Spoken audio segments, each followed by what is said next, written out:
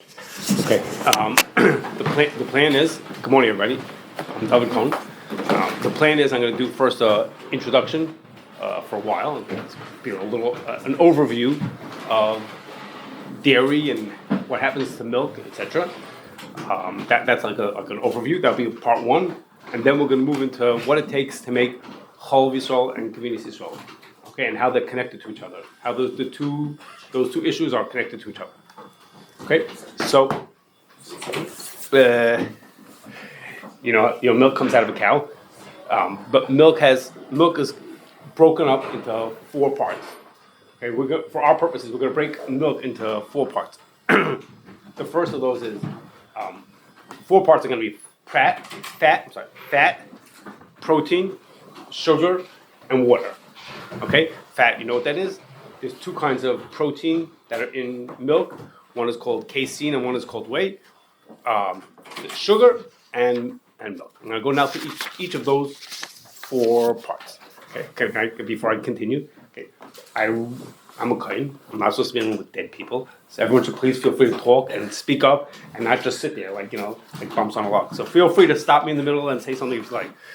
Okay, so the first is cream. when the milk comes out of the cow, it has 4% fat to it. And if you just sat it down on the table, the fat would rise to the top. Okay, our milk is homogenized, so it doesn't do that. But if when it comes out of the cow, that's what happens. When it comes to the dairy plant, the first thing that happens is the milk goes to something called a separator, and the separator separates the fat from everything else. What does homogenized mean? Oh, okay. I'm sorry. Homogenized means that's fine to make it homogeneous, to make it not that the fat and the everything else is separate. And what it does is what it's doing is it beats up the pieces of fat into these tiny, tiny particles, and they dilute really well into the milk. Like emulsifiers? No, it's not an emulsifier. An emulsifier causes them to be bound together, and they stay together. A homogenizer makes them into such tiny pieces that they stay mixed well. If you sat it there for a very long time, for like weeks, it would eventually separate. But it get mixed together. Your milk, you'll look on your bottle and it says it's homogenized, and you won't see the fat separate. Okay, so what I was saying was that the fat gets separated from everything else, so that there's milk over here and there's fat separate from it. So when you buy a bottle of milk that says, let's say it's 2% milk, or it's even whole milk, it's 4% milk. The cream, that means that's how much fat is in there. That fat is not the fat that came out of the same cow as the milk did. Okay, when it came to the factory, they said milk go this way, fat go this way. They said, okay, we want to bottle some with 4%. Okay, we'll give you 4% of fat. You want 2%, you want 1% milk, you want no fat milk, depending on how much fat they put back in. Okay, and it's not the way it came out of the cow. It was put back in afterwards. Okay? Is this chalav? No, this is fat. Whatever it is. No, that's chalav. I'm going to get to mei chalav in a second. What's there is chalav, and the fat from the chalav that's on the top of it. This is not mei chalav. It's plain good old milk. When you buy milk in the store, that's non-fat milk. Not the chalav. It's not nisyu b'dechalva. No, it's chalav. It's just good old. If you buy, I don't know what color it is here in Chicago. I think it's blue. The milk with no fat in it. That's what it is. It's milk with no fat in it. It's plain old milk. Green, blue, and red. I don't know the colors over here. Okay. When you get milk, it's straight from the cow. I know places they get with the fat, not processed at all. It looks like more than 20% fat. It's not. It's okay. Some people got the fat, some people didn't. Multiple times, the first third of the bottle turned into fat. You talking about when you sort of came right out of the cow, like right when they put it in the bottle? No, sell in the store. They go every week to Pennsylvania. They watch them, they bring it back in their cars, and they give it out to people later. And it's okay. So it's like Mama's. It looks like it's 20%, maybe 15%. So I don't know what to tell you. Okay. That's not fat. I don't know.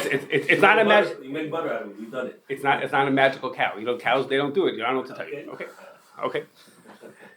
Listen, maybe the cows on the East Coast do different than everybody else's cows. Okay. So when you if you take that cream off and you beat it up just by itself, beat it up, and you churn it. It's called. You beat it up really well. You can make butter out of that, like you described. You can make butter out of that. Okay. So butter is just beaten up milk fat? Yes, correct. Beautiful. Okay. It has salt in it, usually also. Okay, but yes, just that's all it is. Now what happens is if you take the fat and you make butter out of it, there's a liquid that comes out. Okay, that's called buttermilk. Okay, that's real buttermilk. That's not what you buy in the store buttermilk. That's real buttermilk. Okay, real buttermilk is the liquid that's left over when you churn the butter into the fat into a butter. The liquid that comes out of it is called buttermilk. Okay, what we buy in the store is not real buttermilk. Okay, but that buttermilk is that companies use that for buttermilk. What you buy is just made from milk that's sort of made like into a yogurty kind of a thing, and then they add some other chazra into it, and they call it buttermilk. It's not real buttermilk. Okay, now the what I described to you, the fat that you use to make butter, that fat is called sweet cream. Okay, it's the fat that comes right off the milk. It's called sweet cream, and that's the highest quality butter is made from sweet cream. I'm going to tell you later about other ways to get fat from milk, and that's called whey cream, other kinds of fat that you can get, and you can also make butter out of that. Okay, so now, and that's not such good quality butter. So if you have to guess which butter tastes better, the high quality butter or the low quality butter, okay, so what would your assumption be? So I'm leading you on, so obviously, all typical people would think that the high quality butter tastes better. It's made right from the fat from the cow, and the low quality butter doesn't taste so good. Well, it's pungfaker. Okay, it's pungfaker. And the reason is because what people like, the taste that people like in butter is when it's a little bit spoiled, a little bit rancid. That's the taste that people like.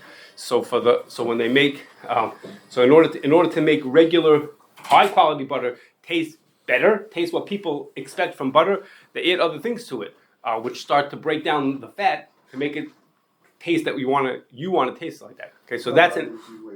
What do you say?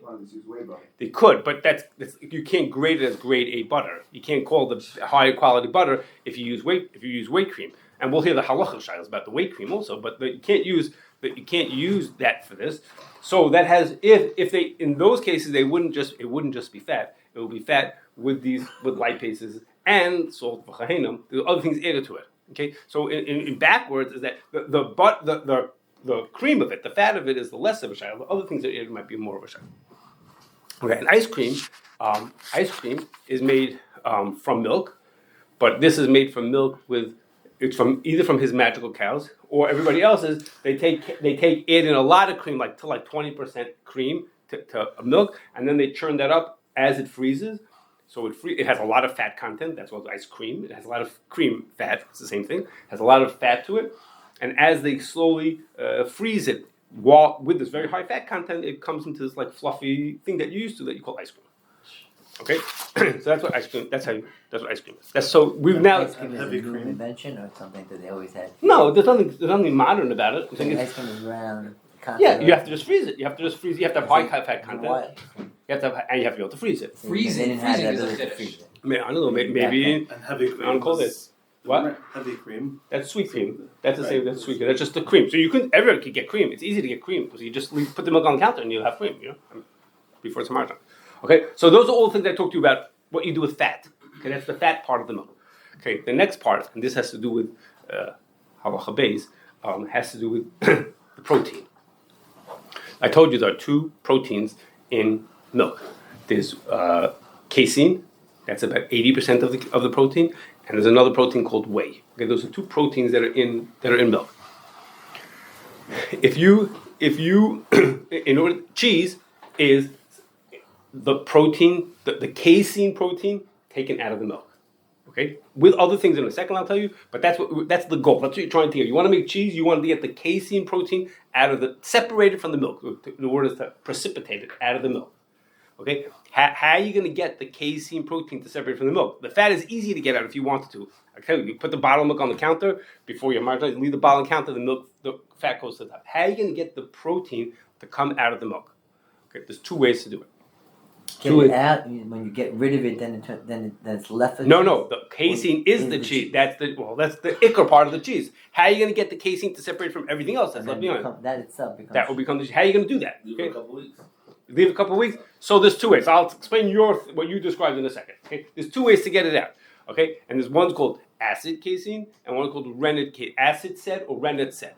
Okay, that means that there's two different ways to make the casein protein come out of the milk. When you make a regular, so to speak, a traditional cheese, a hard cheese like a mozzarella cheese or cheddar cheese or gevinas, you put in rennet, okay, or casein nevela. You put in something in it that. Or casein nevela. whichever one, if you're kosher or Does treif. it come from the actual What? keva? It's not made from the actual keva, not from the actual. It's in the lining in the keva. Right. Okay, so whichever one you put in, or you put it from us somewhere, however you put it, you get rennet. Or nowadays you just get it from a lab. It comes from in a little powder or liquid, and you put it in. When you put that in, it causes the rennet to separate from the rest of the milk. casein. So I say rennet. I'm saying yes. Causes the casein. Yes, thank you. Causes the casein to separate In regular milk? into regular milk. Without the cream? Well, so now I was going to come to that. It depends what kind of cheese you want to make. If you want to make cheese, depending on how much fat you want to be in your cheese, what's going to happen is when the casein comes out, when the cheese comes out, it wraps itself around fat that's in there. So it pulls that fat with it. So depending on how much fat you leave in the milk when you put in the rennet will depend on how fatty your cheese will be. Okay, your cheese will be casein with how much fat was in there. So either you're going to get higher content, more fat or less fat. Okay? Mozzarella or mustard? That's not the nafkamina between mozzarella and monster. No, it's not the nafkamina. No, the nafkamina. It's low fat cheese and then No, that it would say if it's low fat or high fat. That's the high or low fat. The difference between mozzarella cheese and Munster cheese and cheddar cheese and 100 other cheeses have to do with very fine details. Like there's certain cultures that they put in to help it develop. There's certain what temperature did you set it at? What temperature do you do this whole process at? Do you do it at 90 degrees, 100 degrees, 110 degrees? How long do you let it sit for? How long after you made the cheese do you put it into something else to give it other properties and like that? But the be'etzim, you're getting the same thing. You're getting casein with fat. That's what your cheese is. In all cases, that's what you're getting, casein and fat. Okay, whichever cheese you have. But the difference in the taste has to do with fine details of how the thing was made. What happens to the rennet? What happens to the rennet? It's part of the cheese. It goes into it's fat or what? It's liquid. It's just a little pour a little a cupful of something into it. It's just part of it. It's not written on the ingredients. It It's doesn't like stay with the milk. It goes part of. with yeah, the I'll cheese. say. I'm guessing that it says in the cheese part. starts a process. It doesn't. Right, I'm saying it's only about 10 Maimon. minutes. Rennet It is a starts maimon. It's a No, I maimon. understand, but it's not fat, What? right? Rennet is not It really fat. just starts a No, process. it's like a chemical that's made from Doesn't have to be a enzymes. lot. It's very little bit. It's a little bit, Enzymes yeah. of the stomach that somehow. Stays in the cheese. That it thinks before. At least some of it stays in the cheese that you eat. The kashrus is butter in the cheese that you eat, and you say But it's a some maimon. alignment. But I'm saying Correct. there's something But a little bit in what the I'm cheese. saying is, it could stay with the cheese and with the milk. I don't know. It's a good question. I'm guessing it stays with the cheese side of it, but I'm not sure. I would guess. I'm not sure. Okay, the Chassam Sofer says that it's a maimon for the weight also. Okay? And we're going to talk about that today, but the Chassam Sofer. So somehow it's considered a maimon. Even something's not a maimon if it doesn't stay in. So maybe he understood that it stayed on both sides. I'm not sure. A maimon that doesn't stay in the thing is not isser. Okay. Now that's one way to make cheese. To make cheese like American, like mozzarella cheese and cheddar cheese and those kind of cheeses. Okay, what we call a hard cheese. Okay, the way you make but there's another way to get the casein out, and that's to make what we call a soft cheese, like farmer cheese. No, don't say cottage cheese. Okay, don't say cottage cheese. We'll get to cottage cheese in a second. Some other examples. They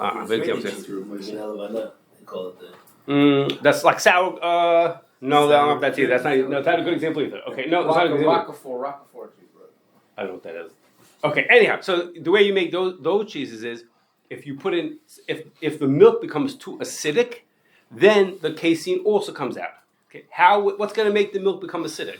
Okay, so there are times that I've done this, that I did it with a bottle of milk in front of you. You could do is take this home if you have extra milk. You take a bottle of milk and put in something acidic. Put in vinegar or lemon juice, anything acidic into it. In 1 second, you'll see how the casein separates from everything else. It's right in front of your eyes. That'll happen. Okay? As soon as you make it acidic, you see clumps of some white stuff floating to the top. Okay, that's what's going on is you're separating the casein together with some of the fat, and it's making this thing which is like a farmer cheese. Okay, that's what you're making over there. That's what you're separating from there. So the acid lies in the milk itself, or you. The acid changes the pH of the milk, and now the casein separates That's from the not milk. something that you have to mix into the milk. You just poured it. I'm saying, does milk itself contain natural acid? No, it doesn't. No, So this is the but if you leave your milk on the counter for too long, then what's going to happen is that it'll create lactic acid by itself, It will slowly turn into that, and then you'll come back, if you leave your milk on the counter and you go away for a week and you come back and say, you'll think you have cottage cheese there, because that's what happened. It got too acidic. And the casein, the cheese part of it, started separating, leaving behind like some liquid behind it, okay? Now, cottage cheese, when you make cottage cheese, you said cottage cheese? Someone said cottage cheese. Cottage cheese is, you just mix those things together. After they separate, then you stir them together, and you have these clumps of solid, which is like the cheesy part of it, together with the liquid, and that's mixed together. That's cottage cheese. Okay? Lactic acid is rennet also or not? No rennet. Just something Something- acidic. Anything acidic. You can do with anything acidic. You could do lactic acid, something that just forms right in there. Okay, but you can put anything in. You can put it in vinegar or lemon juice, and it'll also do the same thing. Acid is just a fermentation. It's a fermentation that happens naturally. Okay, it just happens naturally. However that happens. So if that makes a soft cheese. So like a farmer cheese is just the cheesy part of it, not the liquid behind. Okay, and then cottage cheese is them mixed together. Well, that's at least the regular way you're supposed to make it. That's not how companies make it. That's how you're supposed to make it. Okay, so both of those are the same thing. What you ended up with is casein. That's the protein wrapped around fat. But one makes a hard cheese like a mozzarella cheese, and one makes farmer cheese, which is what we call a soft cheese. Okay, it's a huge nafkamina because it's accepted. It's a good question why. It's not for today. It's a good question why. But it's accepted that you only need to have gevinas Yisroel for hard cheese. You don't need gevinas Yisroel for soft cheese. Okay, so when you make a hard cheese, you make mozzarella cheese. It needs gevinas Yisroel. We're going to talk later how you make gevinas Yisroel, but it has to be made with gevinas Yisroel halacha base. But soft cheeses don't need to be gevinas Yisroel. Not Okay. kosher for You don't need a yain mind. What do you say? Not kosher for yain nasach? Yain nasach? We're not chayshish for anything. It's not today's discussion. Why is it? Well, Kashrus is it should need. What's the difference? It's the same thing. Maybe It's the because same. originally it would happen on its own, so We could talk a different day. I'll be back another time. We'll talk a different day about why soft cheese does or doesn't need it. Cream cheese? Okay. Cream cheese is a good example. No, cream cheese is a good example. Yeah, cream cheese is like that. Because What? there's no How's curd. cream cheese? How's cream cheese? 'Cause there's no Same curd. thing. Mm. You put in something acidic into it, or you let it sour by itself, and then- there's no curd. and there is curd. That's what you're Through the eating. acid. It's not the Yes, it was separated cream through. cheese is from the protein from the casein. Yeah, with No, the but say, fat. how is So it why is it all separated? fat?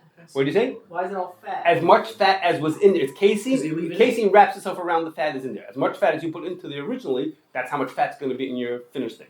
Why So is if you look on a packet of cheese and a packet of cream cheese, the nutritional value, like the fat content, the fat ratio of protein to fat and cream cheese is much higher than regular It cheese. depends how much fat you put in originally. As much as you put in, that's what's going to come So out. they put in more fat. Or put in less fat, whichever one, whatever you're trying to make. why does Okay. it look different cream cheese than cottage cheese? How is Because it made? cottage cheese is different. Cottage cheese, because after they separate these two pieces, they stir them back together. So you're getting the liquid together And with cream the cheese. it's just the solid part of it. I say they They separate them. They separate the liquid from the solid. Yeah. So why is Rav Moshe's makel by cottage cheese and by cream cheese? He's made by cottage cheese about the because even though it has a little rennet. rennet, He says. He says since we don't use a mime, because it doesn't have a rennet mime. It doesn't have a rennet mime. So it doesn't have just through acid. If you tell me cream cheese is made the same way, and Yes. he's not Okay. about cream I don't cheese, know. Not today. What? Okay, not Is today. that a question discussed? I'm saying? No, I don't. I'll have to think of it afterwards. Okay, not for today. What does it mean that Ram said they use asavan to make cheese out of asavan? That's a rennet set cheese. That's a hard cheese. So what asavan do they use to make? I have no idea what that means. But asaf means is a way to get rennet that doesn't come from a cow. Okay, whatever asaf they had some kind of a plant that did it. I don't know what it is. Prachim, but I don't know which prachim they use. Some kind of a plant. I don't know in practice what that is. I don't know which how you go to the store and buy one. I don't know what that is. Okay, so okay now what I told you again. There's these two kinds of cheese. There's rennet set cheese and acid set cheese. Two different kinds of cheeses. One needs gevinas Yisroel and one doesn't need gevinas Yisroel. Okay, I'm going to just throw in something else here, and that is. With the casein separated from the whey through acid and through rennet, that this goes to hard cheese and this goes to soft cheese. Why is it? It happens to be. I told you that it's the same thing. There's a drop of a difference in a chemical sense between this casein and that casein. But that's just the way the cheese comes out. If you do it this way, you end up with mozzarella cheese or Parmesan cheese, and you do it this way, you end up with Meaning if I cream take a cheese. culture and I put it into an acid separated casein, it's not going to come into mozzarella No, sorry, it doesn't because work. of the acid or because Yeah, it has to do with the way that it was separated. The way it's separated, one causes this kind of cheese, one makes this kind of cheese. Two different kinds of cheese. And basically, when you talk about different cheeses like ricotta, I'm going to get to ricotta in a second. Kaima, curry-gorty, all these things. I didn't get to ricotta. I'm coming to in a second. Ricotta is a different kind of cheese. Ricotta is not a regular cheese. It's a special kind of cheese, ricotta. Kaima. The word kaima comes in place. That's sour cream. I'm coming to that in a second. Sour cream is different also. Okay, we're coming to that in a second. Okay, so that's not a regular cheese either. Okay, so these hard cheeses, the hard cheeses need green salt. The soft cheeses don't. I'm just throwing because we're taking too much time on this, but I'm happy to take longer. I'm saying we have to move along. There's a way to make these things without any fat. Okay, remember I told you that the fat gets part of it. What would happen if you made it with zero fat to it? Okay, so the din would consider them to be cheese also. Okay, but when you looked at it, you wouldn't think that it's regular cheese. It doesn't have the same look of a cheese. It sort of looks like cheese, but it's not going to come out looking like mozzarella cheese. Okay, those are called just casein. Okay, it's called acid casein or rennet casein. That means is rennet casein means casein separated through rennet without any fat in it, or acid casein means rennet separated from the milk with acid with no fat in it. Okay, and in din we treat them the same. The rennet casein needs gevinas Yisroel just like rennet set cheese, and acid casein does not need gevinas Yisroel just like acid set cheese doesn't know. Okay. Casein is margarine. You can buy it in Chalav. No. This is like an industrial ingredient. You don't buy this in the store. Still have casein, even though that you don't have fat in the milk. Right. The casein is the protein part of it. That would mix milk. If you have casein, that would mix also milk. Without the casein, it's called the super de chalva. I didn't get to the super de chalva yet. I'm coming down in a second. I didn't get to the super de chalva. But what's this? I'm just coming in one second. Give me one. That's the next thing on my page. Is about what's left over. So I've just told you how we get the protein out. Either protein with fat or without fat. I get the protein. The casein protein gets taken out. So what's left behind? When I took out the casein protein, I took out basically most of the fat came out with it also. Those went out. So what's left behind? I told you the milk has also in it another protein called whey.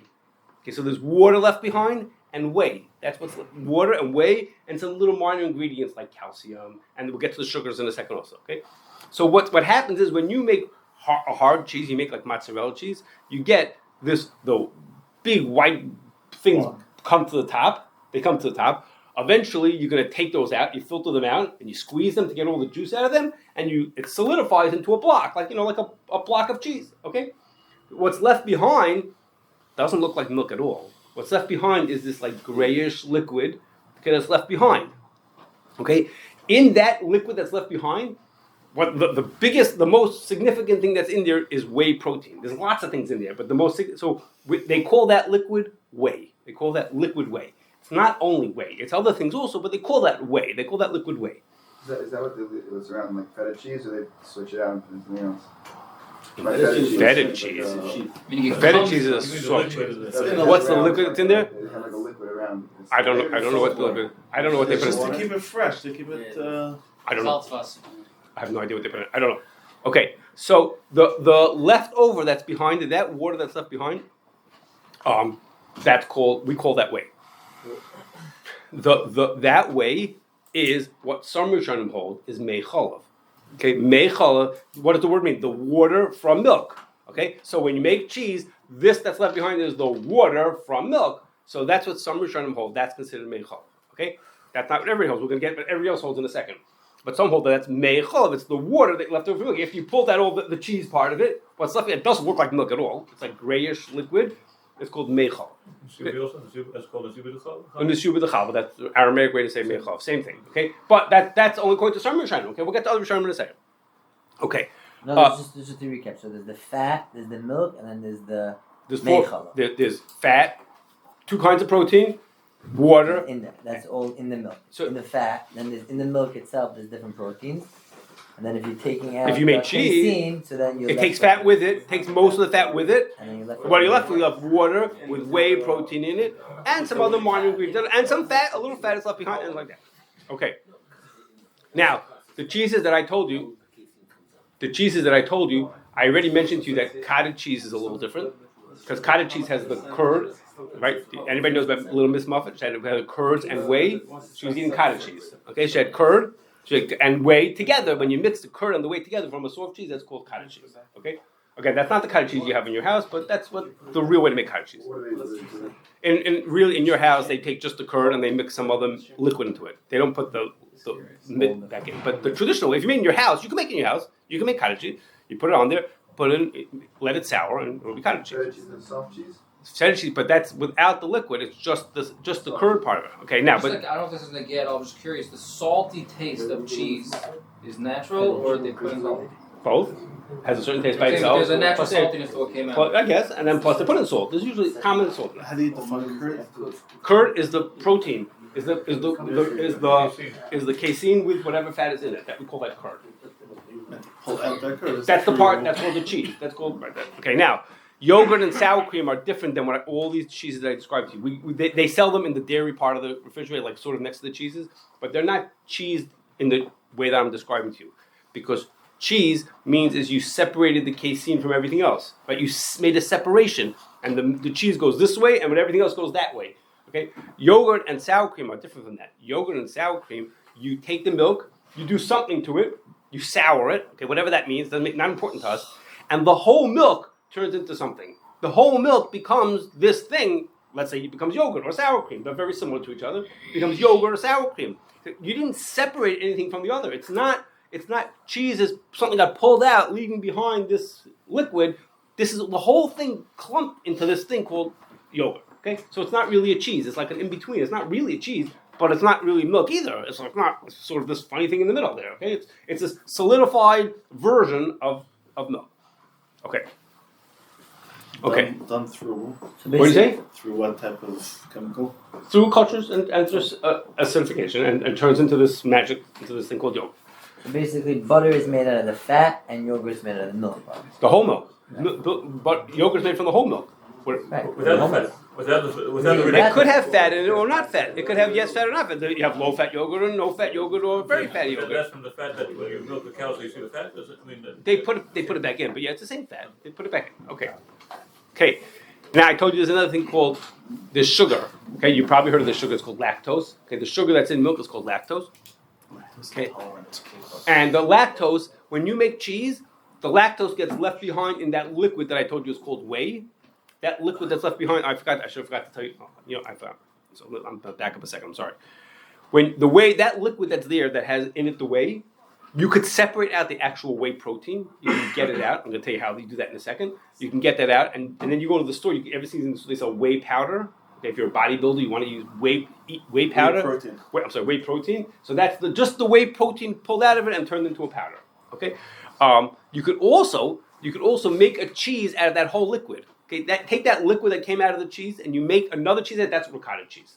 Okay, there's a thing that's like cheese, and that's called ricotta cheese. There's a way to turn that to get whey protein to come out of that and wrap around fat into a cheese-like thing that's called ricotta cheese. Okay, so ricotta cheese is not regular cheese. Okay, regular cheese is casein protein wrapped around fat, and this is whey protein wrapped around fat. You need to make the ricotta cheese. You need to make it ricotta cheese. So it's I don't remember what the din is.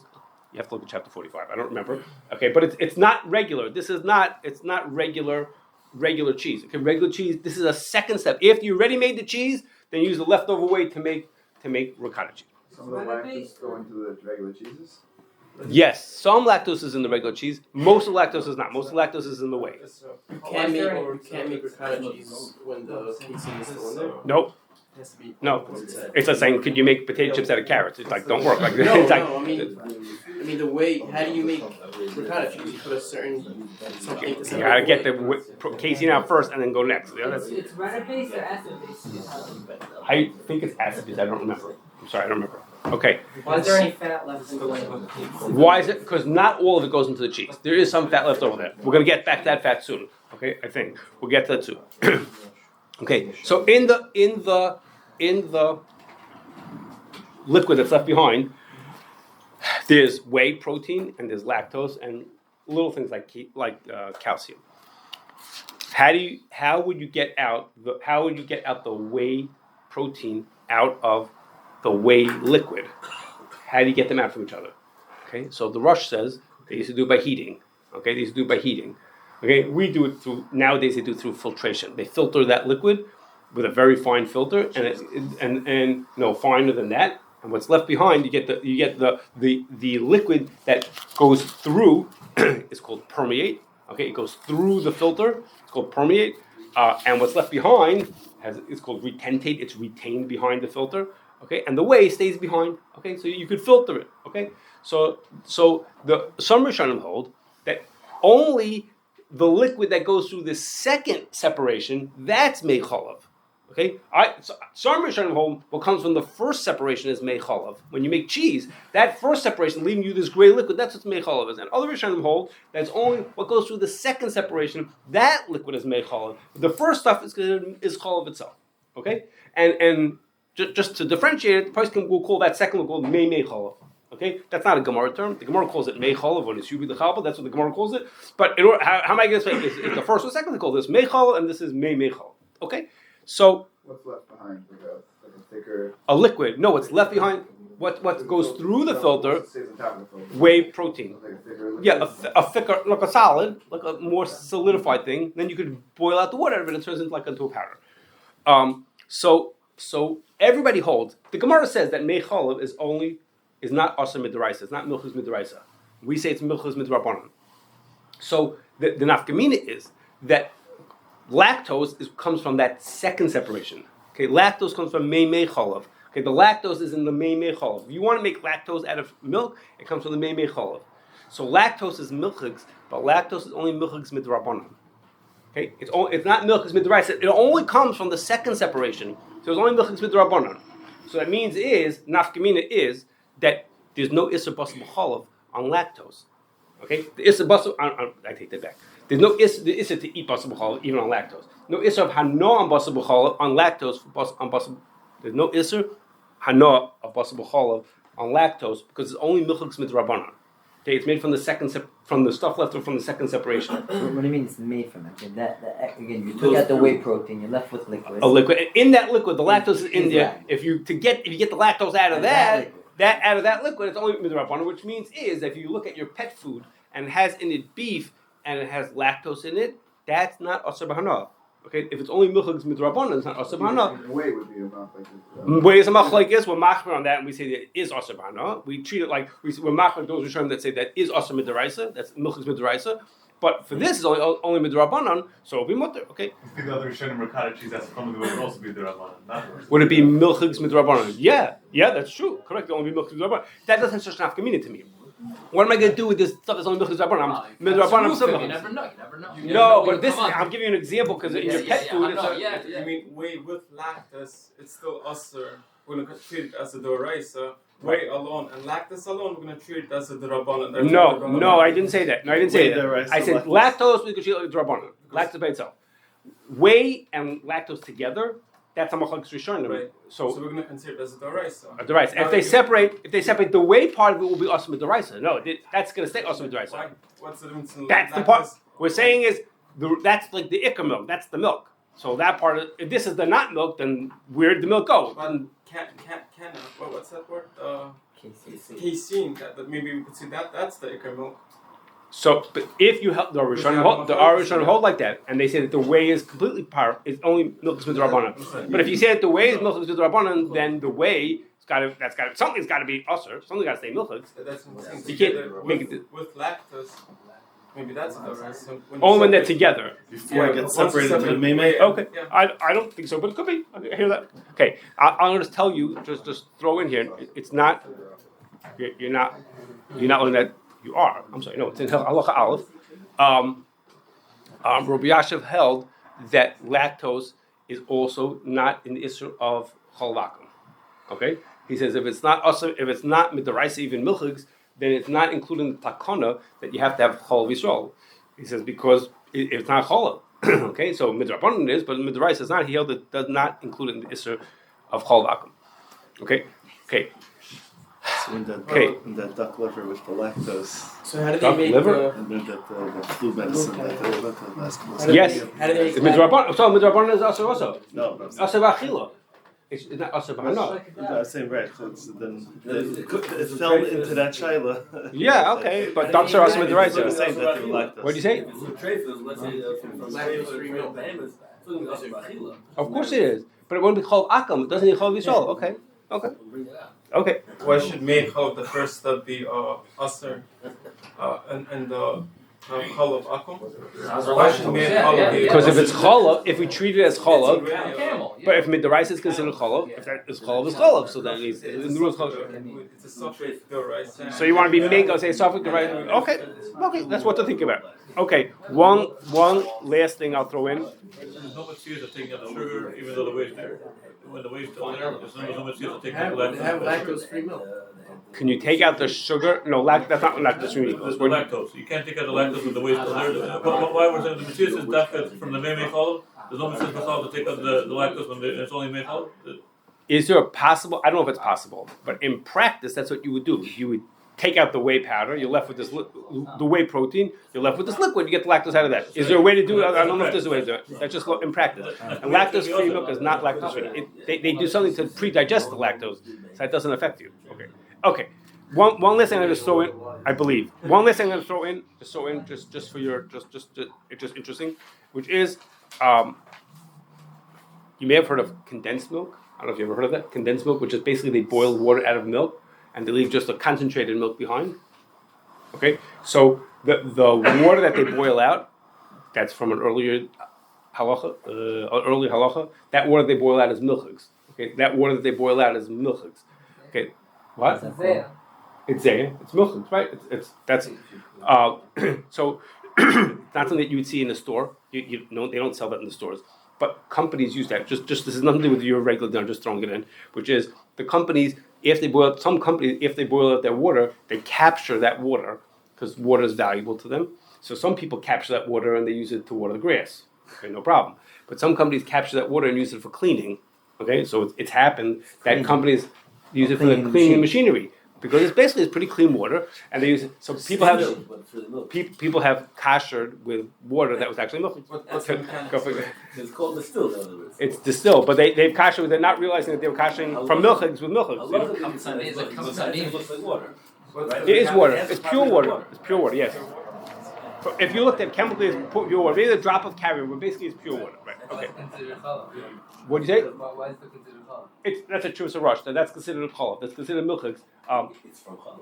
It's in your the main chalav part. No, it's just they take a pot of milk and they boil up the pot of milk. The Rosh says if you boil milk and you have salamis hanging there, that's milk. The water boils out, make the milk more concentrated. Now the milk is milk. Okay. It's like milk powder. Well, you would have to do a lot more. No, not that. That is a milk powder. What's left behind, you have to continue to concentrate it to the point you can make it powder. What do you say? You don't put water in when you make cheese. Yeah. When you make a cheese, where's the water? No? So when you make full cheese, the protein went out, leaving this liquid behind. That's the water part of the milk. But then that water's going to become lactose. No, that water that you can pull up the whey then afterwards, and now you have liquid left behind. Eventually you're going to pull out some. The water would be the abanan. Right. When you boil it, you tap the water by boiling it. Because you take the boiled water right out of the milk itself, out of the thing that's milk with the rice. So the rush. So you end up with the same thing. You end up with water. Distilled is even less. That's an interesting question. Okay, yeah, I guess so. That's an interesting question. But both of those, actually, both one is a Gemara, the way the Rosh is explaining it, and one is a Rosh actually who says in Chus Rosh that water boiling out is milchigs. And the condensed milk, you're talking about what's distilled? The distilled part of it. Yeah. The distilled part. No, what you buy in the store is the It probably has less of those other things that you take. That's correct. Yeah, that's correct. That's correct. Moscow. Like water.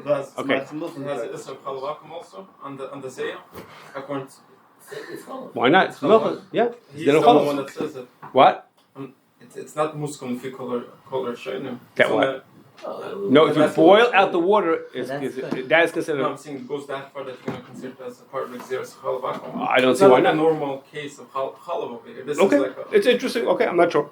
Okay. What about chalav tamei doesn't have?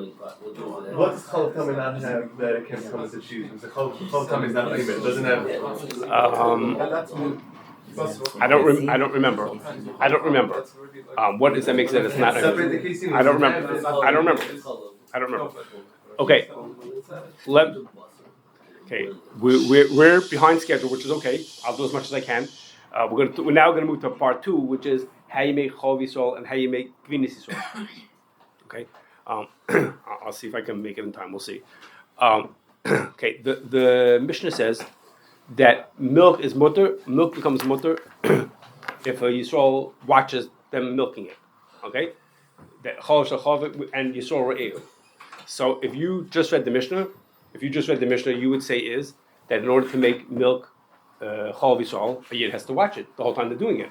Okay, the Gemara says. The Gemara says is that the Gemara goes all kinds of cases when you don't actually have to watch it. Okay, the Gemara says it could be sitting outside. The Gemara has all kinds of cases of when you're allowed to do that. So Taisa says, wait a second, what just happened? The Mishnah says you have to watch, you have to see it. The Gemara says you don't have to see it. Yeah, you don't have to see it. You could, even if you could see standing up and you could see from whatever, all kinds of cases that the Gemara says, or Rishonim will say later on. So this is what happened. The Mishnah says you have to see it. So Taisa says, but the Gemara is really telling us is that when the Mishnah says you have to see it, it's not what the Mishnah meant. It didn't mean you have to actually see it. It means you have to be able to see it. And then the Gemara is giving us the pratim of what does it mean that you're able to see it? How good do you have to be able to see it? But when the Mishnah said you have to actually see it, that's what you read. If you read the Mishnah, you saw Ra'ehu. That's not what it meant. It doesn't mean that. Okay, so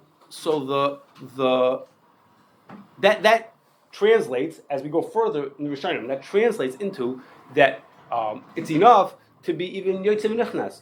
Okay, you don't even have to be actually there the whole time.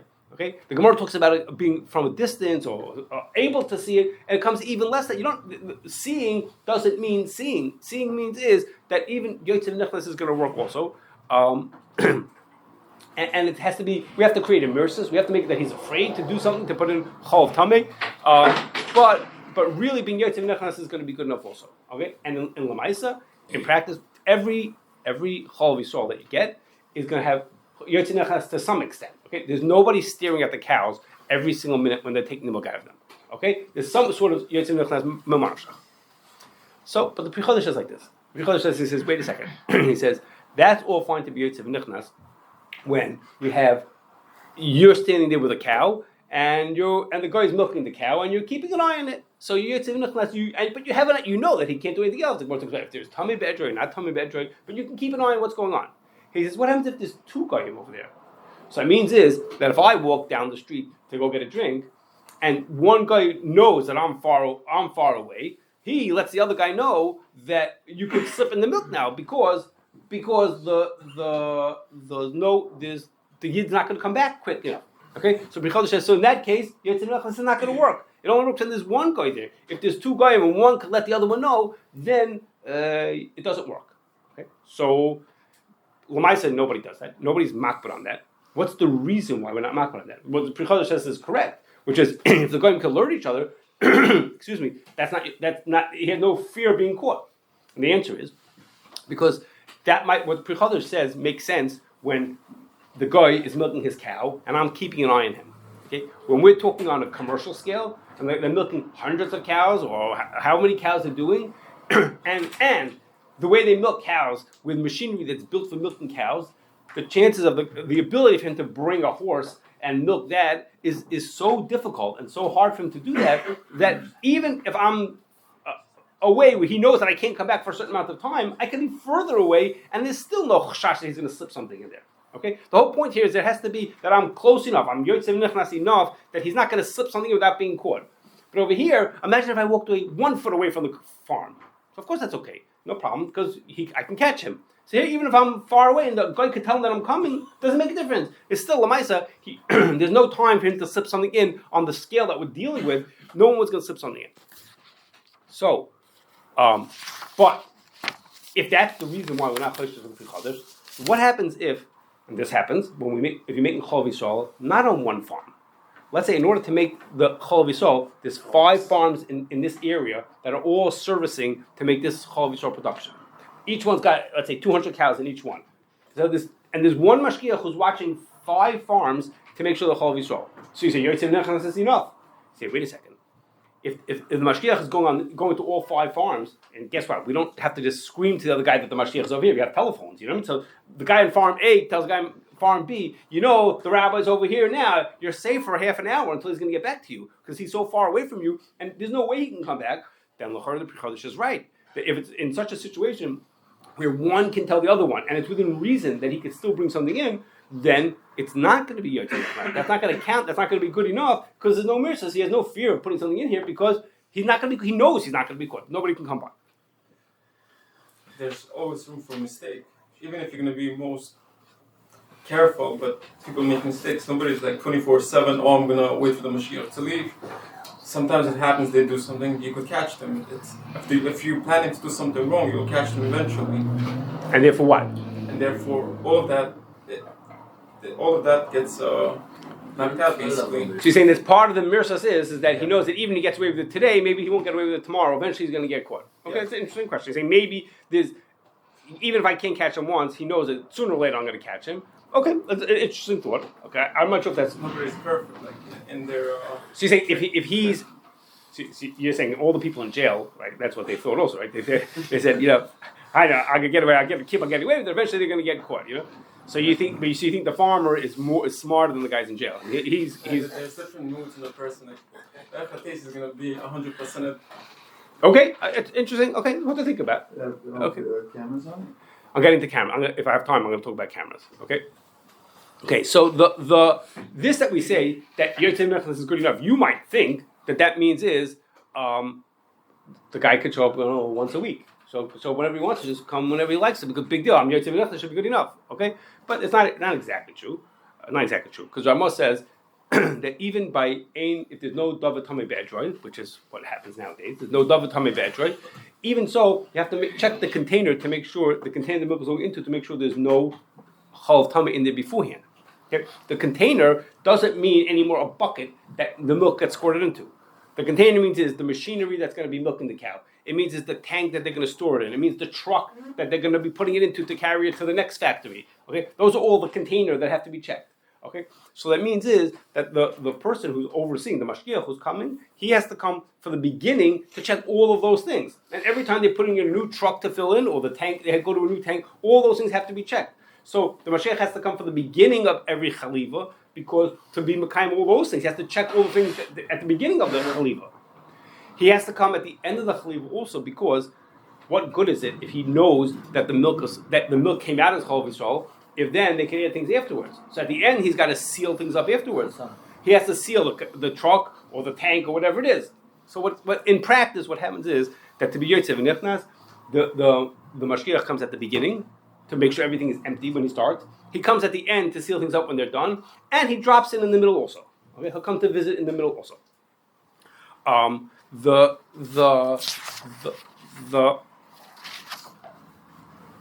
Okay, so let me ask you a question. What would you say? What would you say now? So he comes at the beginning, and he comes at the end, and he drops it in the middle. Okay. What would you say is cows get milked 3 times a day? So let's say they milk the cows at midnight, and then at 8 a.m. and 4 in the afternoon. Okay. So they start milking the cows at midnight. The mashgiach comes and everything's clean and empty. There's no milk in any of these things. So he knows he's ready to start. And the milking goes from midnight until 6 o'clock in the morning. Okay, there's a lot of cows. All the cows have to be milked. So let's say there's 2,000 cows on this farm. It takes them all the way till 6 o'clock in the morning to milk all the cows. And then at 6 o'clock, they have a little bit of a break. And then at 8 o'clock, they start again. And they start the whole thing again. Do you think the mashgiach needs to come again at 8 o'clock? Okay? Does he have to show up at 8 o'clock again to say, well, it's Tchilas HaChaliva? He has to show up at 8 o'clock because they just started milking them again. Or would you say that, what do you mean Tchilas HaChaliva? They milk for 6 hours straight. Everybody stopped for 2 hours and they're just continuing. Okay? Depends what the Ramah. What? You say the same Kli, what? Yes. That's the whole sugya. So that depends on what you call mitzvahs, what you call tchila and soifa. Let's say you need it. You could always take either way. You could say that you have to come 3 times. It could be the most machmir, it could be the most mikal, but you have that.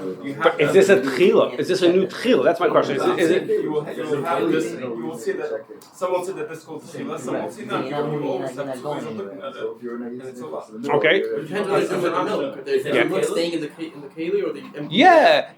Right now the tank is 3/4 full. So they're going to keep on going until it's full. So they start the next milking at 8 o'clock. Let's say until 10 o'clock. At 10 o'clock it'll be full. They'll move to the next tank or to the next truck. Well, so that's the question. Is there a point for it to show up at the beginning? At this beginning at 8 o'clock? I'm saying the beginning, the clue at the beginning is the keli. Okay. So there's no kli. So whenever they have a new kli, then it's gonna be the beginning again. Okay. It's a new truck or a new whatever. What is it? What's the mitzvah? Is it new or they just using the same stuff? No, they keep on going until it's full. So right now it's only 3/4 full. They keep on putting in more until it gets completely full. Okay. So I thought. I'm saying this doesn't help if they had time because I need a kli. Yes, to see that kli before they start again now. Yes, you see, you only Did see all check in the one beginning. time. Then you guys see that. There's already thousands of gallons of milk in there now. Right. So like you said, so I thought like what many people are saying is there's already thousands of gallons in here already. What's the point of me showing up to come see the beginning of this thing? Things already full. Or even let's say that the things that what would you say? There are those who disagree with that. What would you say about the machines that they actually milk the cows with? Okay, those are going to get rinsed out between 6 and 8 o'clock. So should he come to see those also? Should he come to see between at 6 o'clock? They finish all the milking. They clean out all the machinery, not the tanks. They clean out the machinery. So should he come to see that the machinery is clean? The base kibble in there? Yeah. Or it's just tubes that are Let's say there's a base kibble. There's a place where the milk could sit in there. Whenever the chalav Yisroel production starts, he has to be there to make sure there's nothing there from before, and then afterwards, until the chalav Yisroel production is done. He was there from the beginning. So I would have thought. I would have. That's what I thought. There are those who disagree. Those who say no. I want my Mashiach to show up there at 8 o'clock again. I didn't hear the exactly the point that they said it's a tchil sachaliva. I mean, there's 2,000 cows. Everyone has a tchil if you want. It's continuous. Is what you're saying. Well, it's not. I'm not saying it's continuous. It's stopped from 6 to 8. That's the problem. Because they're not in real keli by Yisroel necessarily. There's a break in the middle. There can be a break in the middle of those couple hours also. Right. So you guys are on my side. That's good. Okay. Okay. Aaron's Cohen. Maybe your cousin. Okay, that's fine. Let's say it's Okay. another day. Okay. Let's say it's another day, not 2 hours later. Yeah. Would you say differently? Well, but another day. There's no such thing. What I mean is that the cows get milked every 8 hours. So you could say, let's say we did chalav on Monday, and then we didn't come back till Wednesday. So then in the middle, there's all kinds of chances. They were milking the cows anyhow. The cows don't wait around till Wednesday. So if they were milking the cows and I wasn't there, then I for sure have to come clean things out. Because for me, it's brand new. They've been doing not chalav Yisroel till now. The question is, but if we continue the chalav, pause for 3 days. I'm thinking they can't pause. The cows can't get milk. Something has to happen. They filled it up with other cows or something. I don't know. The cows got to keep giving milk. The cows aren't going on vacation. Cows don't believe in Thanksgiving. You know what I mean? They got to keep giving milk anyhow. So if they were doing other milking, then I understand you got to come back. They have to come back. I guess it could be such a mitzvah that it was closed down. Then I wouldn't care either. If it was closed down for 3 days, let's say all the cows were gone for 3 days, I wouldn't care either. So that, as long as he was Yotzeh, they didn't slip something while he was there. So what's the difference there? Because then every truck that comes in to take milk. Then he has to check. The masking, when a new truck comes, you have to check that. That's it. Okay. What time you need to come? First day in the morning, when you need to come in? Like first in 6 o'clock, 8 o'clock in the morning till next day. We need to come in like night before. They come in before the first time that they start for chalav Yisroel. Whenever they're gonna, let's say we're starting the first milking that's gonna be chalav Yisroel, let's say it's 4 o'clock this afternoon. So he comes before that to make sure everything is empty before he starts. But every 4 hours is doing next chaliva. Yes. When is the start? When the chalav Yisroel starts, everything's got to be empty. Everything has to be empty. When is empty? As we do the start. It's got to be empty because what was in there is not chalav Yisroel. So I'm coming in. If I'm coming for 4 o'clock milking, that means my tank has to be empty because or else what was in there is not chalav Yisroel. When is the start that they filter that? Yes. Is the chaliva. Correct. Okay. You said to ask questions. Yeah. Okay. I'm going to keep on moving. I hope I'm going to get to Gevina. We're going to run tight on time. Okay, I'll skip the cameras. Okay, so the I just want to throw in when we say that the Mashiach should be Yotzeh v'nichnas, he should be Yotzeh v'nichnas. We say Yotzeh v'nichnas. So some people are very regimented. They told me I have to come in once in the middle of the chaliva. I come in once every time in the middle of the chaliva. Okay, not only do I come once, I always come at 11 o'clock. This is the time that I show up at. I always come at 11 o'clock. So that doesn't work for Yotzeh v'nichnas. The point is to be mirsas. So if they know you only come once, or they know you always come at 11. It was not milk, it was something else. We walked out of the factory with the Mashiach, and they said, Rabbi, we'll see you in a month. because we know you always come on the second Monday of the month. It's not going to work. Okay, that doesn't work if it's so regimented. So mashgichim who try to do it more conscientiously will come and sometimes 3 times in the middle of the milking, and then one time they won't come at all. The point is that they don't know when you're coming. That you make mirsas by being more random and not with such a schedule. Well, okay. one more thing I will throw in, even though I'm skipping the cameras, is that the there's a shaila of whether cows have a certain surgery called displaced abomasum. You may have heard of it. Have a shaila where that makes the animals into a tray for now. Okay, so the non-chalav Yisroel milk allows those kind of cows. The milk from those cows is considered is regular milk. In chalav Yisroel, the Mashiach is there. He makes sure that they don't have those cows. So the Mashiach has this extra job to look around. This is not a chalav Yisroel issue. He doesn't do chalav Yisroel, but while he's there, he'll make sure that they don't have those cows in the herd. Those are not the ones that are going to be milked. Is it the policy of the CRC or all? Everybody who makes chalav Yisroel does that. Everyone does chalav Yisroel. Make sure that those cows are not there. In America or everywhere else? I only know about America. In America, that's what they do. But everybody else no knows more that. questions. That's what we have to. Oh, okay, easy. Okay. So try to get everything. Okay. Still want to see if we can get to the cameras. No, the cameras actually is interesting. But, Yes. Okay, fine. I'll tell you about cameras. Okay, tell you about cameras for a second. We'll do it quickly. Okay. So there's a big to-do whether you could use cameras. Okay, it would be really convenient if we could use cameras, make chalav Yisroel. We could sit one guy down in this room. There could be 100 screens over here. He could be watching milk for the whole East Coast. I mean, he could be watching who knows how many farms. Okay, and you know what I mean. One guy could do everything. Okay, imagine how easy it would be. Okay, so there's 2 parts to the question. One is the halacha part of the shaila, and halacha part of the shaila. Rabbi Yashiv said supposedly he told people who we know, he told them that from the din side of it, it's okay. Okay, you can make chalav Yisroel like that. Okay, don't fall asleep yet. Okay, from the din side of it, it can be okay. It can be okay. So far we're talking about the din. He said it should be okay. So Rabbi Weissman didn't like that. Rabbi Weissman said no, he doesn't agree with that. He says because let's think for a second. He says today's conversation is not about chalav stam, but when the reason why Ramosha said that chalav stam is mutter, because he says the idea that I have that this is milk is a better raya than seeing it, and since yediyah is in din in hilchas eidos, yediyah is better than re'iyah. I have a yediyah that this is milk from a kosher animal. It's even better than I had seen it. When Chazal said you have to see it, they mean a level of raya that's this high called seeing. I have raya that's even better than that. So Rabbi Weissman said he says, so well, why do we disagree with him? We disagree because we say, no, we don't agree that you need that kind of raya. You need specifically re'iyah. Okay, not because you need to have a level of raya called re'iyah and I can have a raya that's better. Chazal said specifically you have to see it. Yisroel has to be re'ehu. He said in din, looking on the camera doesn't count.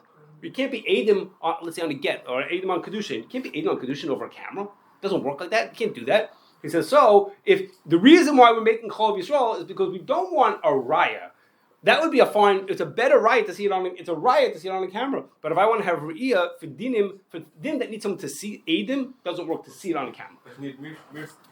He said if you want it just to mirsas is you're looking for a raya. What? That's what you need for chalav mirsas. Nothing else. So he says the reason why we disagree is.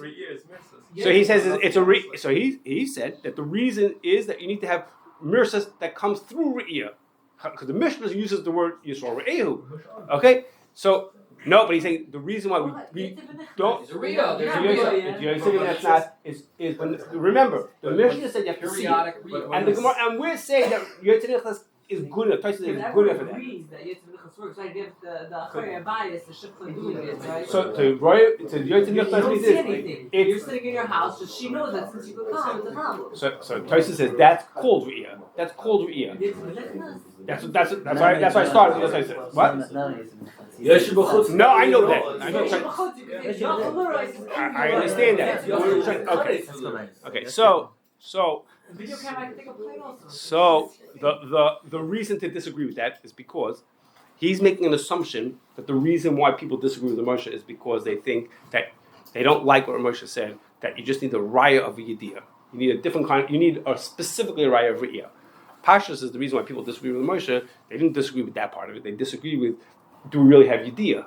Okay, there's many questions, not for today. Many questions on whether Rav Moshe, on his point, which is that I have a yediyah, which is a better raya. So that, if that's the reason why you disagree, it's just a question on is you have better raya, and the camera is of course a better raya than just what Rav Moshe said. Okay, but we'll see if we get back to this for the cheese. We'll see. Okay, for the other part of the shaila for the cameras is let's say in din that it would work, but in practice it's hard to imagine how it could work. Okay, because as already was mentioned, there's one problem is how are you going to see the tchil sachliva? How are you going to see the inside of all the tanks and things like that to make sure that they're actually empty? How will you do that? Okay, if you're standing there, you look at the tank, you see what's in there. So I guess you could have a guy walking around with a camera showing you the inside of every tank v'chahena, but that's not really so easy to pull that off. But from another side is, Belsky said, he says, tell me. He says, when you're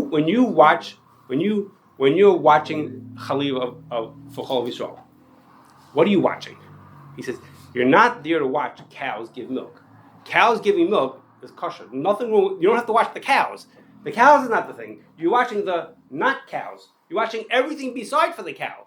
You're watching is that there aren't horses being milked on that side of the farm and slipping the milk in over here or there. Okay, in other words, if you stand there and stare at the cows, you're missing the point. You're supposed to be looking at the tanks and say, oh, is anybody slipping milk in over here or over here? So you look at the cows also, make sure they didn't bring a horse into the places where the cows are. Stand here. But if you just watch the cows, you're missing that where the milk is being put in is over there. So basically, so what are we going to do? So we put a camera on the cows, that's a waste of time. He says, so we have to design cameras that are all over the place in all the possible ways that someone could cheat, which is very difficult. I mean, a human being I'm there. So if I see all of a sudden things are going on that side of the thing, I go, look what's going on over here. Okay, but cameras for the whole thing seem like much more difficult on the practical side. Now, even if in din it might work, he says in practice, to think that someone's going to be able to pull it off, he didn't believe it could happen.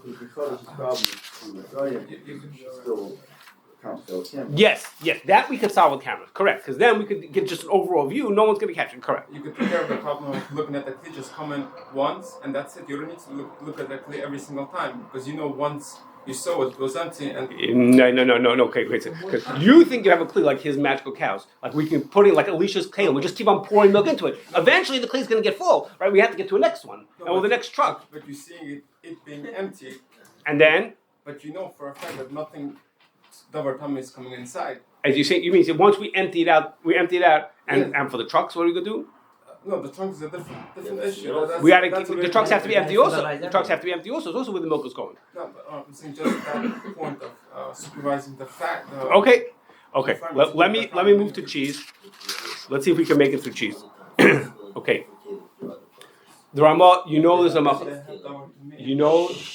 machlokes between the Ramah and the Shach about how you make gevinas Yisroel. Okay, the Ramah says we make gevinas Yisroel by watching, and the Shach says we make gevinas Yisroel either by the Yid owning the milk, whatever he owns the cheese or the milk, or by the Yid participating in making the cheese. Okay, those are our two shittas. Okay, we're gonna focus on the Ramah. The Ikar didn't like the Ramah. We're gonna focus on the Ramah. The Ramah said you have to watch. So we understand, according to the Ramah, what it means that if a Yid watches, it makes the food gevinas Yisroel. Because why? The gevinas Yisroel is because we're afraid that they're going to put in treif rennet and they're going to put in kavis nevela. That's why we're there.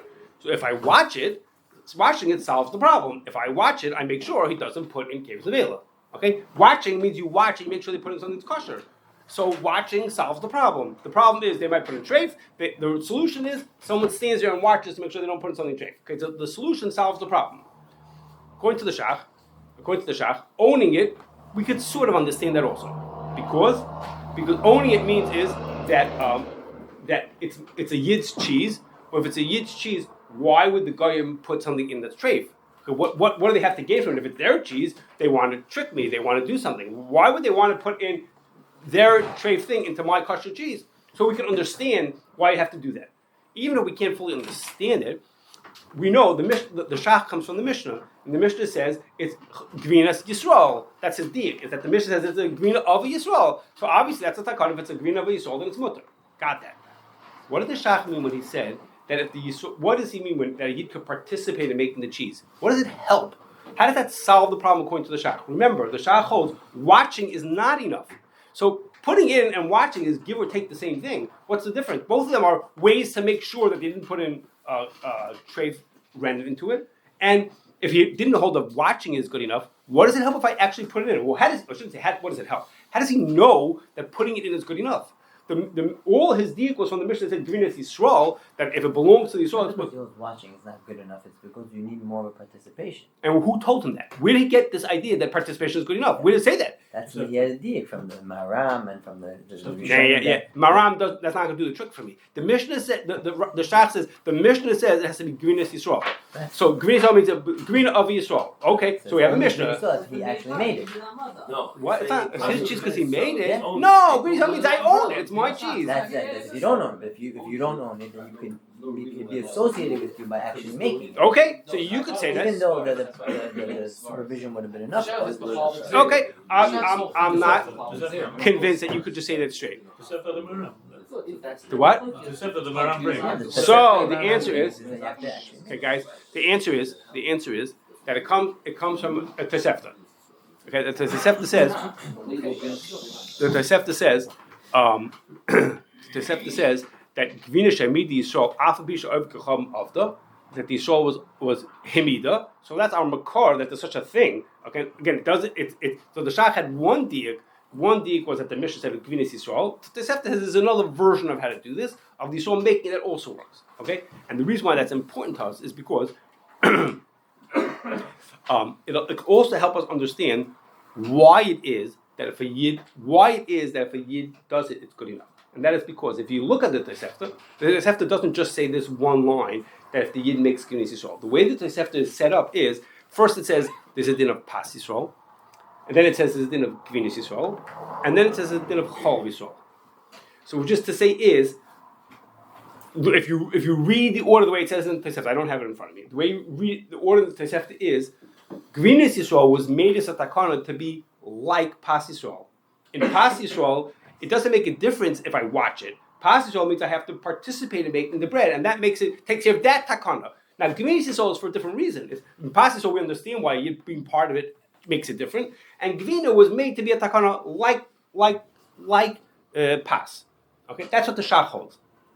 And chalav Yisrael is a different thing. Chalav Yisrael is watching. It's a different kind of a thing. Okay, what does the Ramah hold? Now we heard the Shach side. What does the Ramah hold of this? What does the Ramah hold of why it helps to watch? So, turn the page. So what's coming out is that the machlok is like this. According to the Ramah, gevina and chalav are the same. Gevina and chalav both work. The Mishnah says by chalav works by watching, and gevina works by watching. And according to the Shach, gevina is together with pas Yisrael. Okay, the order would be gevina with pas. Gevina and pas go together. They both work by participating. And according to the Ramah, gevina is with chalav that go with watching.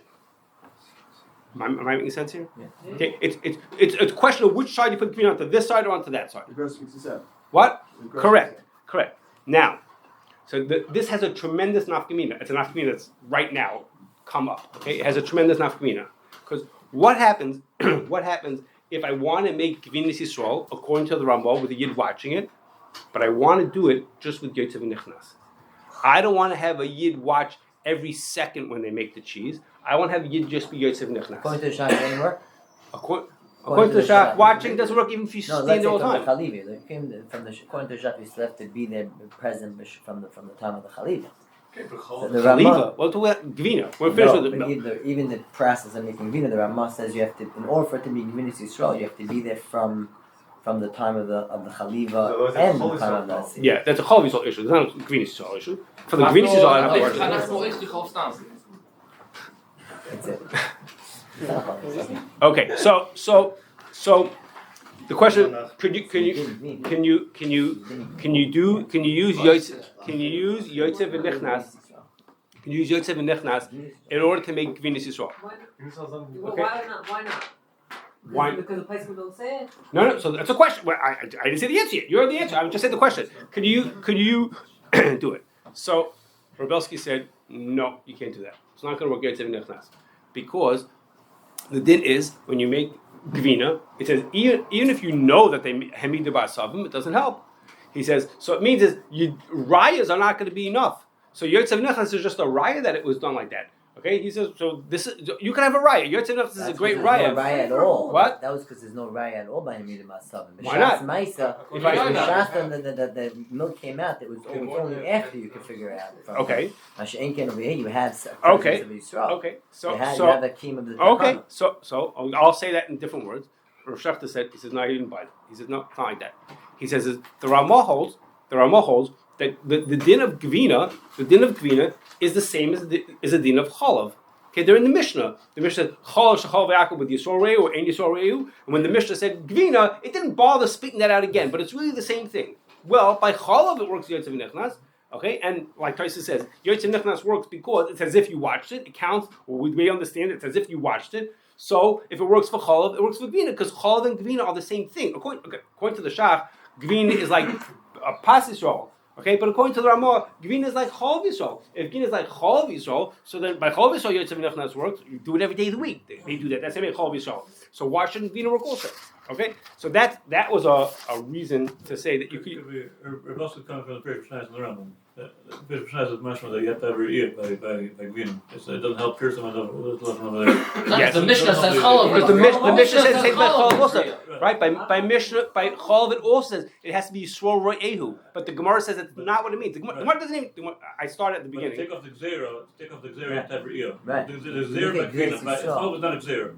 Chalav is just a fast sister, and you have to know there's no fast sister. Gevina is a gzera. Gzera is you have to have your ear.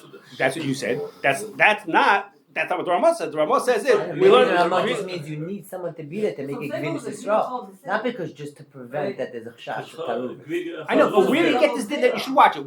Because we need gevinas Yisrael. Who told you? Because it's not gevinas Yisrael without any participation of Yisrael. It's totally made by a God. It's gevinas God. Excuse me. And chalav Yisrael is also not chalav Yisrael unless he watches it. But by chalav Yisrael there's no din that they will gozer on chalav akum. The din is that you have to have chalav, that there's no chash, that there's a tarut. So as long as you have, you could say that. But that's why I started by telling you that. That's why I started by telling you that according to the Ramah, gevina and chalav are the same thing. They're the same. They're a group. They're a pair. Now you need a stronger raya for gevina, but the word re'ehu means the same thing. Re'ehu is re'ehu. Okay, that's how I hear it. That's how I understand it. You could disagree, and others had their own ways of looking. I want to bring back to a pre-chadash I said to you before. I told you the pre-chadash says that if you have two goyim, then it doesn't help to be Yotzeh Nechnas. Because one guy will tell the other guy, hey, the guy's over there, you're safe, you can do what you want over here. I said to you, why don't we care about the pre-chadash? Aren't we makpid on that? We let there be even many goyim and they have telephones, we let them because the chances of him slipping something in, it takes a lot of effort to slip a horse into there on the scale that he would want to, and therefore, even though he knows I can't come back for 15 minutes, it doesn't mean anything because in 15 minutes nothing's going to happen. Okay, he couldn't even milk a horse in that much time. Okay, it's not going to happen. So that's good and fine when we talk about chalav, but when we're talking about gevina, what does it take to put in kevis nevela? Okay, what's involved in doing that? Okay, what's involved in doing that is almost nothing. Okay, it's just a little bottle that's this big of what he has to put into there. Okay, guess what? He's not even making it now. He's not going out and shechting an animal and taking out the kevis nevela. What is he doing? He has 10 bottles of rennet. Okay, and now in his pocket he has a bottle of not kosher rennet. So the ability for him to slip something in, it doesn't take any time. Okay, so the Yotzeh Nechnas has to be on a way stronger level than it has to be. What? For him to get it, to buy it. He doesn't have to buy it today. He can buy it yesterday. He can buy it whenever he wants to. If he has it in his pocket, I have no idea what's going on. What's in his refrigerator, I have no idea what's happening there. So it's a matter of just, will he walk in? So if the yid's there, even if it's Yotzeh Nechnas, even if he walks out for a minute, but he's afraid I'm going to walk right back in. But if I'm down the road, I'm davening mincha, okay, and he knows that I'm out for 15 minutes, so then there's no the mirsas for bringing in a horse, being away for 15 minutes is not a problem. But the mirsas of bringing, you can't have camel milk. so but yeah, because you have to look at the person and say, here he is, he's milking thousands of cows or hundreds of cows. He's not, one bottle of camel milk is not going to do it. That's not with what a chashash is, that he's bringing in one bottle of camel milk. The chashash is he's going to bring in a whole herd of camels. Okay, well for that I'm going to catch him. Okay, being away for half an hour is not a problem. There's not a chashash here. But if the chashash is he's going to bring in one little vial, significant difference with one yeah. bottle. So just like the Gemara talks about yesh tam bedri, ain't tam bedri. I mean, we look at the picture, we say, is there a possibility he's going to do it? depending on how much of a chashash is, that's how far away I could stand away from the guy. But over here, the chashash is at a very minimal level. The chashash is one little vial, okay? I've held them, okay? It's a little vial. How big is the thing? So it's sitting in his pocket, and he knows the person not even 15 minutes. So we have, even if in din we should say that Yotzeh Nichnas could work for making cheese, even in din we have a basis for saying that, you have to wonder if it really works, okay? How good is that going to be when the mashgiach walks out? A guy can't be there. The guy, if he walks out and they know he's gone for a certain amount of time, that makes more of a chashash. Okay. But also, wouldn't you need tons of mashgichim there at the same time to watch all the different angles of all the different milks that are coming? For chalav or for gevina, you talking about? For the gevina, for the rennet that you're worried that he's going to put in there. In other words, it's coming from so many different angles, the buckets of milk or the containers or whatever. So what is like this? In the factory, when they're making milk, let's say there's going to be 10 tanks next to each other. And there's one person standing there, and at 9 o'clock he adds the rennet into this tank, and then at 9:30 into this tank, and 10 o'clock into this tank. I mean, there's one or two people managing all these tanks, but the rennet is all put in from one area. All the tanks are here. The milk is milk. We don't worry about the milk. We're just thinking about is he putting in rennet. Right. So the mashgiach is keeping an eye on that area where they're putting in the rennet. That's where the rennet gets put in for these 10 tanks. All in one place. It's all happening in one place. Now, wait a second. Which is to say we recently dealt with a factory where it was in two different parts of the factory.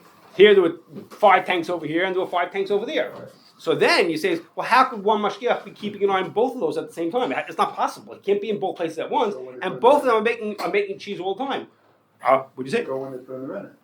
I know, but so the rennet is being put in. I don't want to. It's not all the time, but if there's 5 tanks, every tank has to sit for an hour. Basically, the guys are putting in pretty regularly. So he could run back and forth. He potentially could keep an eye on it, but remember, he has to catch them to make sure they don't put it in when they're not supposed to. You know, when they weren't supposed to, putting in the wrong thing. So it's a job. It's also theoretical. Lamaisa they go with the shach, no? So Lamaisa, you think they go with the shach? So what happened is that until if I would have come here 5 years ago, then yes, you would be right. It used to be that gevinas Yisroel was made according to the Ramah, and they were makbid for the shach. That was how things were always done.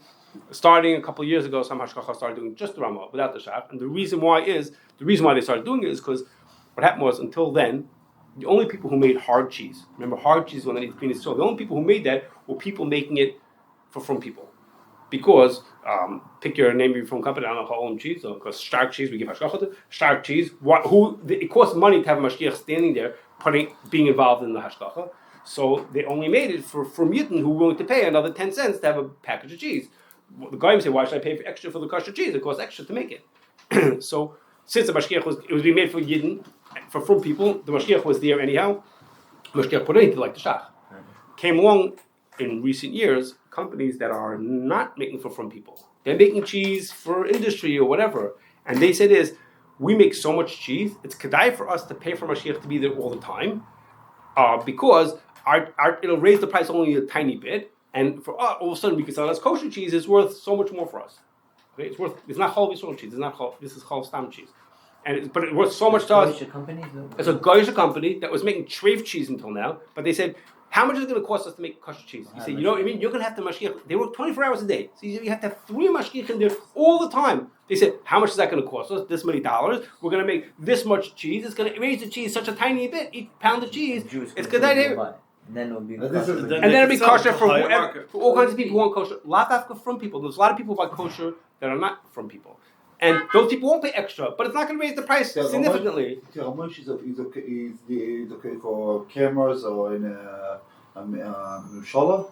Or you need the chalav is not going to be chalav Yisroel, but it's going to be gevinas Yisroel. Gevinas Yisroel, how much is you need to be Yisroel over there? Yes, the Yid has to be there. So they said, we'll pay for the mashgiach to be there. The problem with that whole plan, that's a nice plan, wonderful, give parnasa to lots of Yidden, and make a lot of kosher cheese. The problem was that on Shabbos they work also. I told you the cows don't stop on Shabbos, and these factories are running on Shabbos also. So how are the Yid going to put the rennet on Shabbos? So hashgachas decided, a number of hashgachas decided at that time, okay, we'll be samech on the Ramah and just make the cheese with that. Rent it. You do a rental. That's very shach. You're saying you also make the shach. Not for today. Not for today. A different day. We'll talk about that. Very schwach. With the shop is I know what the shop says. It's not. So it's not. Who sells the cheese, and what happens if the guy comes and Is there a takes way to it? test the cheese afterwards? What was put in? It won't help. I feel even if you Mavar after, it's not going to help. That's the din is. Even if you know that it was 1,000%. kosher, it's not going to work enough. Okay, so that's so if you eat chalav Yisroel cheese, you're going to get cheese according to the shach also. If you eat not chalav Yisroel cheese, then some of that cheese is made only according to the which is fine. That's ikra din. But what you said is this is negaya. The Yotzeh netzach according to the shach. According to the Ramah, if cheese said it's going to be made just according to the Ramah, which is now being made. I didn't say that. I didn't say it's not right. I'm saying it was a change. It was a change. Everybody was used to it. So the Chav still does. The Mashiach stay there anyhow, so the Mashiach does it. But there's Chav Stam now that's made not with the Mashiach putting it in. That's a rabbinic question. I'm just telling you what my story. You want to know? Okay. How do they watch on Shabbat? Okay. They just stand there. On Shabbat, So not only do is it rega. Not only is it okay for the mashgiach, but the whole din, the shach and the ramah about how you make gevinas Yisroel comes from the aguda of making cheese on Shabbos. That's the aguda. So it's about making cheese. You watch them make cheese on Shabbos, so you're allowed to. His point is you're not allowed to put the rennet in, but you're allowed to watch. That's on Shabbos again. So the mashgiachim are there on Shabbos. They're there every day of the year. They're all the time, you know.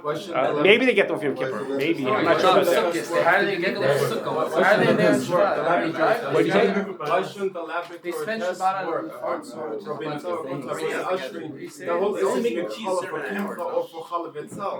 Or if you make chalav for gevina, all the mask dairy. Where are these? But we only samach on that. Yeah, we're not samach on that. You still have it's not, we're not going back to the Ramah. It's usher. It's not usher. Okay, and no one, you're making like someone's checking it. I don't think anybody checks it, or I don't know if there even is a way to check it. Ramos's Medina. There's no, but there isn't a chag Medina. There's no such thing, you know. And the gevinas there is no. No, you can make with animal rennet, of course. Okay, okay. So I was gonna talk some about computers. I think we'll stop here. I'm running out of steam.